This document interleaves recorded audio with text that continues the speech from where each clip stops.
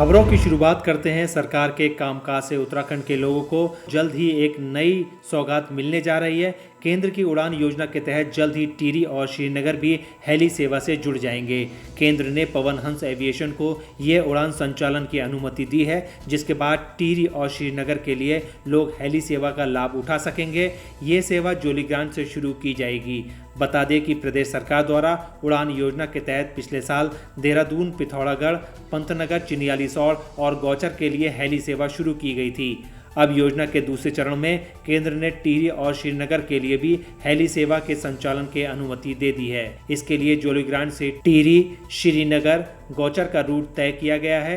जोलीग्रांट से टिहरी का किराया 2903 रुपये, जोलीग्रांट से श्रीनगर 5800 रुपये और गौचर का किराया 8700 रुपये निर्धारित किया गया है। अभी तक हेली सेवा संचालन के लिए समय तय नहीं हुआ है। खबर उत्तराखंड में परिवहन विभाग के घाटे के उबरने की। उत्तराखंड के अंदर रोडवेज बसों की सेवाएं शुरू हो चुकी हैं, लेकिन यात्रियों की कमी के कारण विभाग को काफ़ी घाटा झेलना पड़ रहा है। कोविड-19 के चलते पिछले 2-3 महीनों से उत्तराखंड रोडवेज की बसों का संचालन ठप रहा है, जिसके चलते उत्तराखंड परिवहन निगम को करोड़ों रुपए का नुकसान झेलना पड़ रहा है। लेकिन लॉकडाउन में मिली छूट के बाद रोडवेज की बसों को दोबारा से संचालन शुरू होने पर राज्य के परिवहन मंत्री यशपाल आर्य ने खुशी जाहिर की है।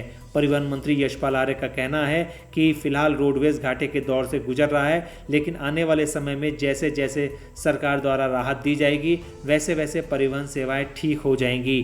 फिलहाल यात्रियों के बढ़ने से रोडवेज की बसों का तेल और अन्य चीज़ों का किराया निकल पाएगा। कोविड-19 में 3 महीने से बंद पड़ी रोडवेज बस एक बार फिर से उत्तराखंड के अंदर दौड़ने लगी हैं।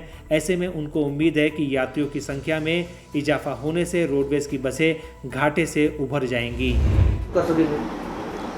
देखिए, ऐसे वक्त में जब हम कठिन दौर से गुजर रहे हैं, परिवहन निगम ने, ट्रांसपोर्ट हमारे परिवहन विभाग ने पहल की है कि हमारी जो बस सेवा हो संचालित हो रही, जिससे कि हमारे उत्तराखंड के जो यात्री हैं, जो आवाम है, उनको अपने गंतव्य स्थल तक आवाजाही में सुविधा मिल सके। इसके लिए हमने प्रयास किया है। हम जानते हैं, यह भी सच है कि उत्तराखंड परिवहन निगम लगातार घाटे में रहा है और यह जो हमारा समय रहा है पिछले 4 महीनों में,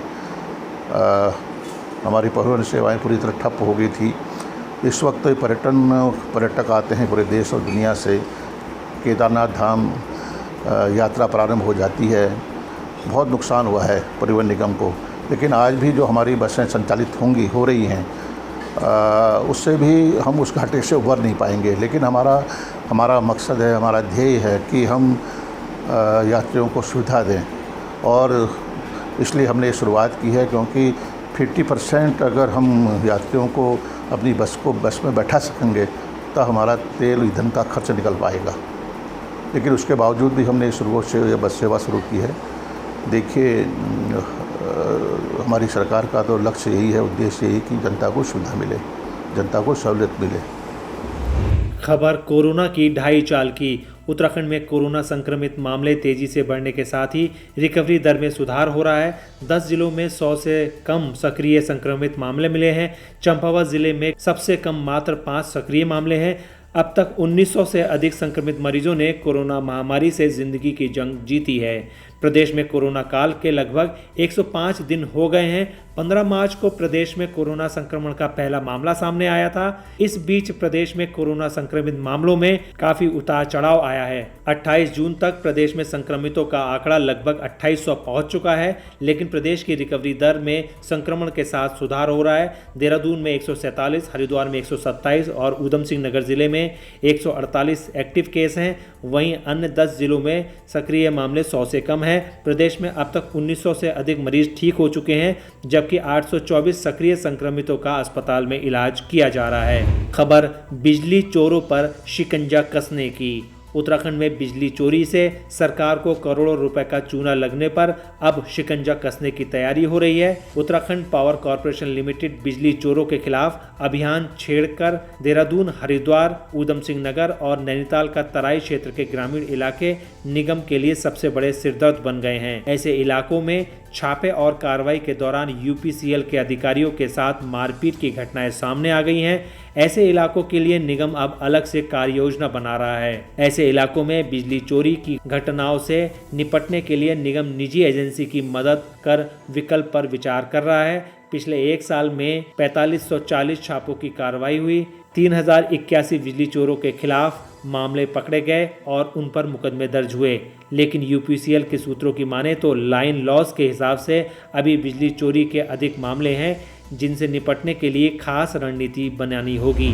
खबर नैनीताल के पटवा डांगर को उत्तराखंड जैव प्रौद्योगिकी संस्थान हल्दी को सौंपे जाने की।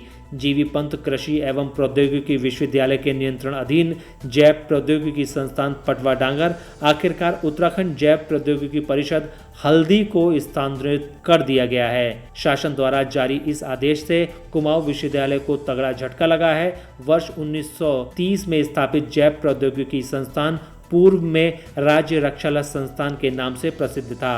माना जा रहा था कि इस जमीन पर कुमाऊं विश्वविद्यालय की नज़र थी। वह इसमें कुछ शिक्षण संस्थान का काम करना चाहते थे। पंतनगर विश्वविद्यालय के कुलपति की सहमति के उपरांत ये कार्य संभव हो पाया है। विश्वविद्यालय द्वारा जैव प्रौद्योगिकी संस्थान पटवा डांगर को आगे बढ़ाने में सतत प्रयास किया गया है। हस्तांतरण के उपरांत पटवा डांगर में जैव प्रौद्योगिकी पार्क, जैव विविध आकलन संग्रह केंद्र, वाणिज्यिक ऊतक संवर्धन प्रयोगशाला, हाईटेक पर्वतीय कृषि उत्कृष्टता केंद्र, स्वास्थ्य सुरक्षा प्रणाली सहित कई और कोर्स को संचालित करने का प्रस्ताव है। खबर एसी ट्रेन में सफ़र करने को लेकर।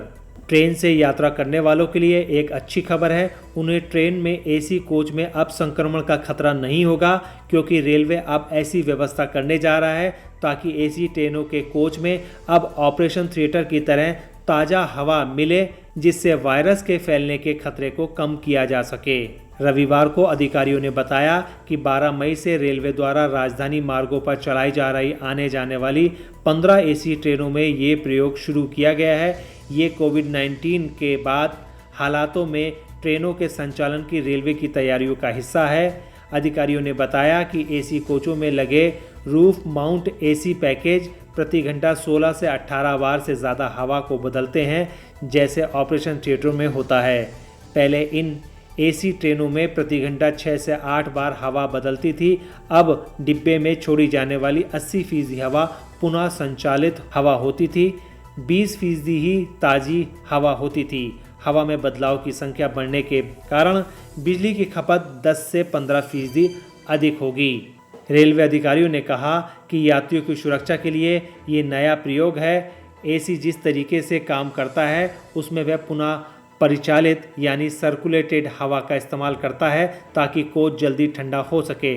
जब हम ताज़ी हवा का इस्तेमाल करेंगे तो ठंडा होने से अधिक समय लगेगा, इससे बिजली की खपत भी ज़्यादा होगी। रेलवे ने सेंट्रलाइज्ड एसी का तापमान भी सामान्य 23 डिग्री से बढ़ाकर 25 डिग्री कर दिया है, क्योंकि अब यात्रियों को चादरें उपलब्ध नहीं करानी होंगी।